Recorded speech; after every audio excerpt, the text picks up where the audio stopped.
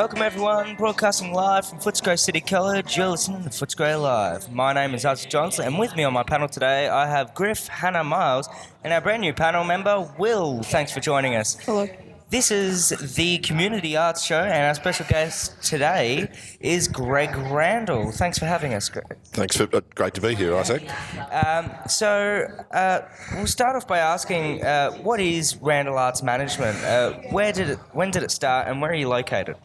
Located in Yarraville, and the company I started it about 8 years ago after I'd spent about 10 years as head of programming, director of program at the Big Arts Centre in Melbourne. Mm-hmm. And the company is meant to help organisations, businesses, governments to design, program and operate performing arts centres and museums and galleries as well, but mainly performing arts centres and theatres. Yeah, cool.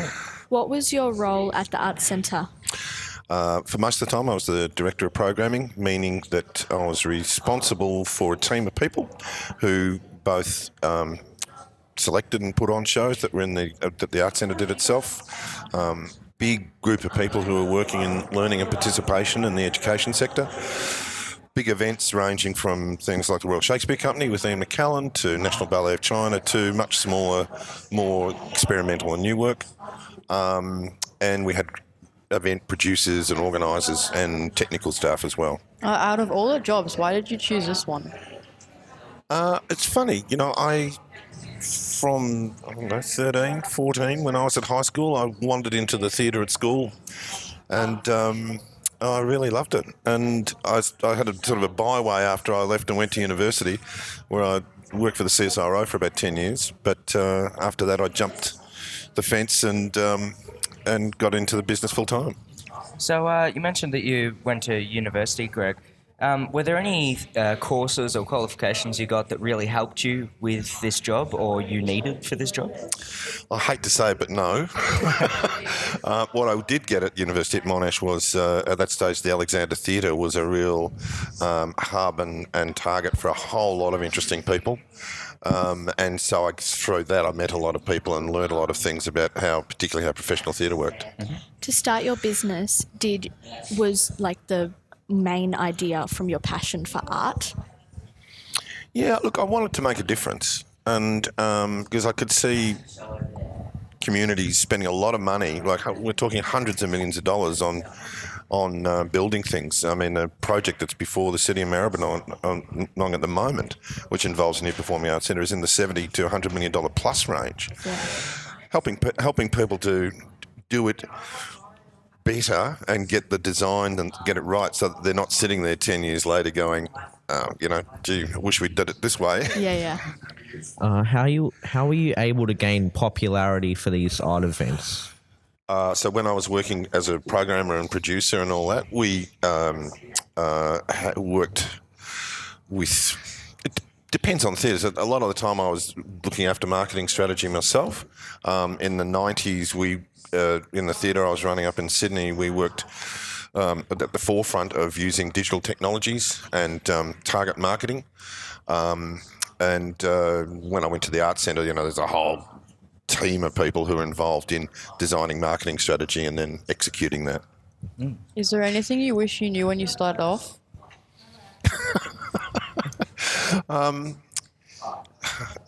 I didn't. Well, certainly when I started the business, knowing how long it took a couple of years to get enough momentum, and that was pretty hard. But once you build up the momentum, it's would have been. Everybody tells you when you start your own a small business, it's going to take a while and there's a risk, but it's true.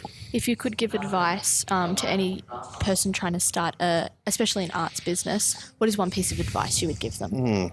Look, I think you need to have a pretty clear idea of what your market is and who you're trying to get to, and try to build up a good network of people.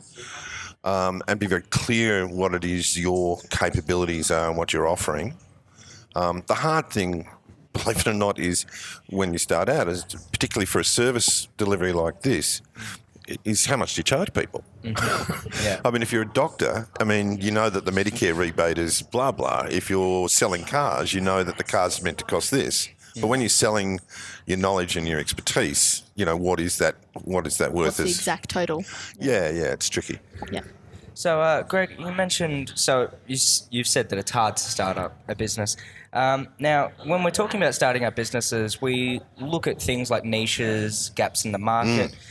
Did you notice a gap in the market for your type of service, or are there plenty of businesses that do what you do? Yep. No, there's not many. There's probably only a couple of three in Australia. Yep. And yes, I certainly did. I mean, before I jumped into it, Will may or may not remember, but I sat down and we wrote a business plan, which is really important to do, where we understood the market. And in that, I said I knew that there'd been a whole lot of buildings built and performing arts centres built in the 70s and 80s that were going to come up for renewal. And I knew that with the increasing population in Australia, that there'd be greater demand for new ones. And indeed, that's what's happened. So would you say that your company does something differently or more unique than the other companies that do art events? What's the unique value proposition? Because I'm not doing events so much now, I still do advise people on programming, but in terms of helping people do things, I think the unusual thing is to have a combination of the experience and the practical knowledge of how venues and theatres and galleries are meant to work, combined with a sense of business and how you bring those two together, so that a lot of my work is helping build those business cases. In terms of programming knowledge,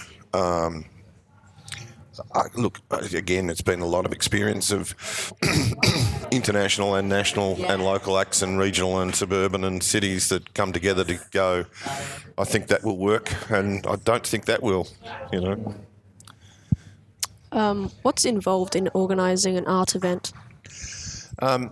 Well, it all depends which one, but it's obviously different to organise an exhibition to organising a big concert at the Sydney Mine Music Bowl, for example.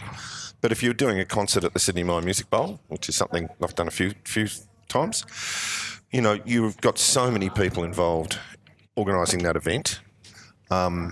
Producers, directors, stage managers, designers, technicians, the artists, the musical directors, choreographers, the front of house staff, the back of house staff, security staff, particularly at something like the bowl. It's a lot of people, and if I can just say, one of the most stressful jobs in the world, that if you Google world's most stressful jobs, usually in the number 10, between 6 and 10 is event organiser. Yeah. Number 1 is the soldier. Yeah. What skills do you need to be doing the job? I think you need, for what I'm doing, some strong business skills. I couldn't imagine doing what I'm doing without being able to use Excel and without being able to write clearly and concisely and critically about what I'm writing. You do need to then have an understanding of the actual what is involved, and why would you build a theatre with a fly tower, and what's a fly tower for, and what are you, why does you have an orchestra pit for 30 people rather than 65 people? There's specific knowledge there. You said that a main skill is business skills. How would a person learn how to be a good business person, and how did you learn to be with your business? I suppose I really picked it up when I worked with the CSIRO in their management team around the place, including doing internal audit, I have to admit. But I got a real insight into how different organisations and businesses worked, and the sort of things you want to do and things you don't want to do, and the processes involved. And then that made it much easier to transfer that knowledge when I moved across into the performing arts field, about how to do a budget and how to do, contracts and various things, What's the best event that you've run, in your opinion? Oh, the one I would be most proudest of would be, if I can pick two, three, sorry. One would be bringing the Royal Shakespeare Company into Australia for an exclusive season with Sir Ian McKellen doing King Lear. I mean, that was a massive... The Sydney Opera House hated us down here. Why didn't we get it? And that was really complex to do, because we had to bring it in from England via Singapore into Melbourne, then into New Zealand, and then out to New York. Yeah. All within a 6-week period with 45 people on the road and about 45 tonnes of sets and scenery. It was quite a thing. Organising at very short notice, back in 2002, the Premier's Bali Memorial after the Bali bombings was pretty amazing experience. And in the 90s, I was lucky enough to put together a big tour of of the musical Brand New Day through regional New South Wales, and which of course is now coming back. But taking that into places like Moree and New South Wales was extraordinary. You're listening to the Community Arts Show on Footscray Live, and our special guest is Greg Randell from Randell Arts Management. Randell, what did you learn from CSRO that assisted you in this new job and business that you've created? Look, an understanding of bureaucracies, which when you're working with governments, as I do a lot with local government and with state governments, that's pretty insightful to understand that things just don't happen in the way you want them to, and that there will be. We used to laugh about it at the Arts Centre about the people who are members of the Event Prevention Society. You know, there are a lot of people who are going, no, you can't do that, you can't do this. So working how to navigate your way through that bureaucratic stuff is pretty useful. And CSIRO was that stage was 7,000 people. Sadly, only about 5,000 now. But big organisation. So before an event starts, do you often feel stressed, like it might go wrong or maybe something bad might happen, and would you feel relieved after it finishes? There are sometimes, unfortunately rarely, where you go, this is going to be fantastic, it's easy, it's all done, just sit back. More often than not, it's pit of the stomach, scary. And it's like if you've ever acted on stage and you're standing in the wings and you're waiting to go on, and that feeling just before you go on that you cannot remember one line. And then suddenly you go on and it's like, oh yeah, now I remember. Off you go. Yeah, it's pretty, it's incredibly stressful. Hence one of the world's most 10 stressful jobs as an event organiser. Yeah. Have you ever not been happy with one of the outcomes? Oh yeah. Have it been a theatrical disaster? Sure. I toured into New South Wales a production involving a modern dance company and the Fruit Fly Circus. You've heard of the Fruit Fly Circus? Yeah. Aubrey Wodonga, ordinary kids doing extraordinary things. Anyway, it was going out on a 25-town New South Wales regional tour from the smallest town with 600 people up to, 10,000, 100,000. And it was a new production involving these two companies together. And we opened up in a town called Deniliquin, and it was dreadful. They had not... And what was even worse was that the person who was doing the sound, they hadn't actually cut a proper tape together. So this soundtrack they had was all on cassettes. Remember cassettes? Mm-hmm. Cassette 1, Q1, cassette 2, Q3, cassette 3, Q47. Yeah. Within 10 minutes, it was just chaos. And the crowd was it was so embarrassing. And they ended up having rehearsed the show for 6 weeks. They got 25 minutes of work out of it. Wow. So, yeah, that was pretty bad. Your business focuses on community engagement in arts and culture activities. Tell us a little bit more about your part in the business. So, whenever you're engaged in designing or building something for the benefit of the community, you have to be really clear what are the problems that you're trying to address and the opportunities that are there, and how will the community benefit. So you should always frame the questions in the people of Maribyrnong will benefit through this investment by, rather than, oh, we've really got bad offices, or wouldn't it be great to have a pink theatre rather than a green theatre. You've got to be clear about that. And once you're clear about what those problems and the opportunities are for the community, you then need to understand what the causes and effects of those are. And so a lot of that requires talking to communities, being careful to understand that the loudest voice in the room isn't necessarily the correct voice in the room. Yeah. And I guess that's trying to find that balance of information to bring together people's opinions, which are validly held, against evidence, and trying to find actual evidence so that you can say, when someone says we don't have enough ballet, and you can go and say, well, actually, you've got 3 times as much ballet as anybody else in Australia. You know, you can come up with evidence that will help you chart the way through.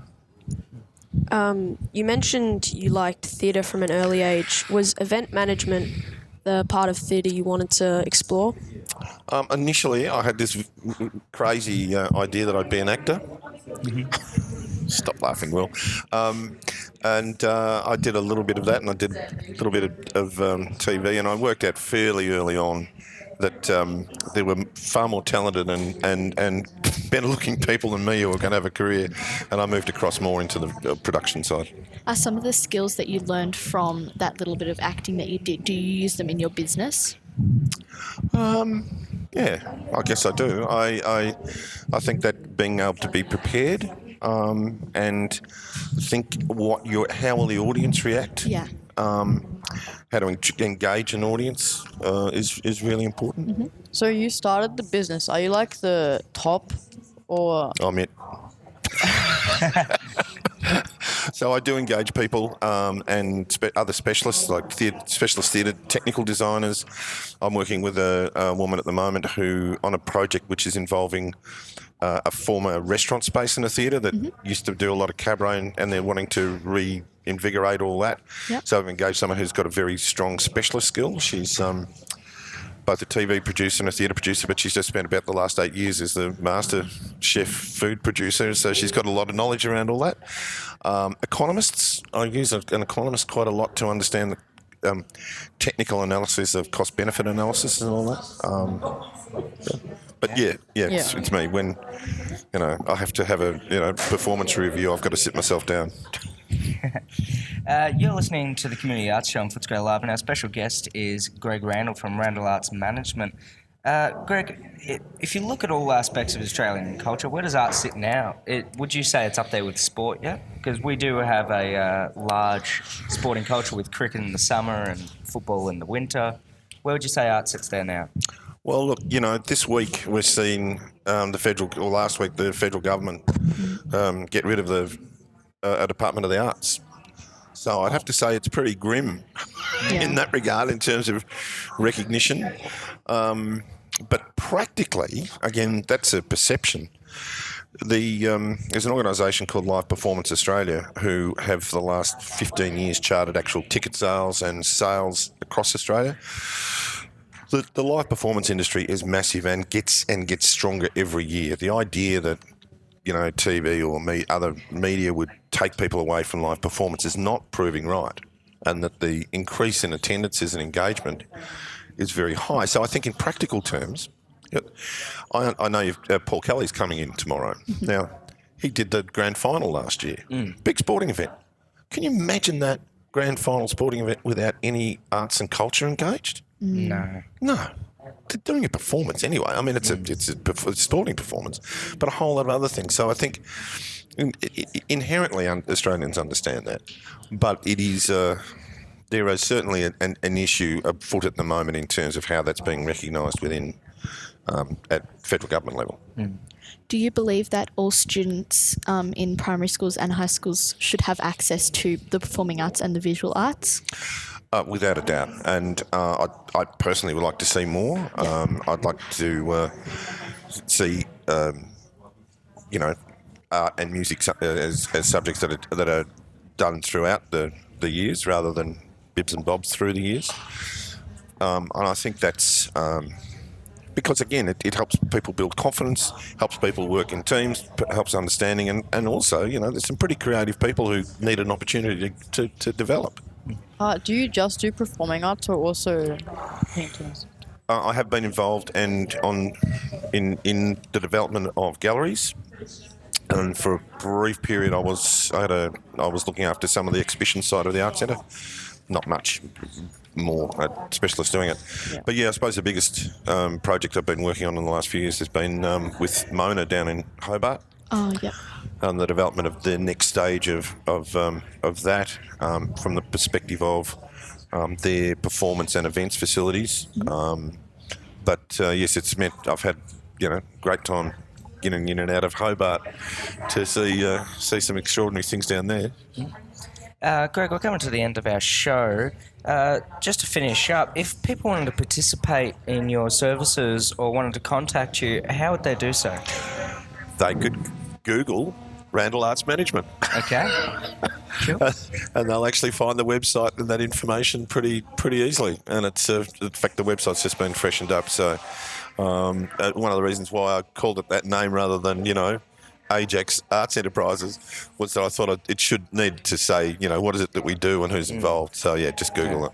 Yeah, and it's good that accessibility is really key in this modern age of technology.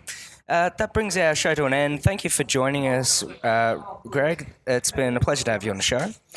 That was Greg Randell, head of Randell Arts Management. My name is Isaac Johns, and I'd like to thank my list of panel members today, which it consists of Griff, Hannah, Miles, and our brand new panel member, Will. Thank you very much for coming and being with us today. This has been the Community Arts Show on Footscray Live.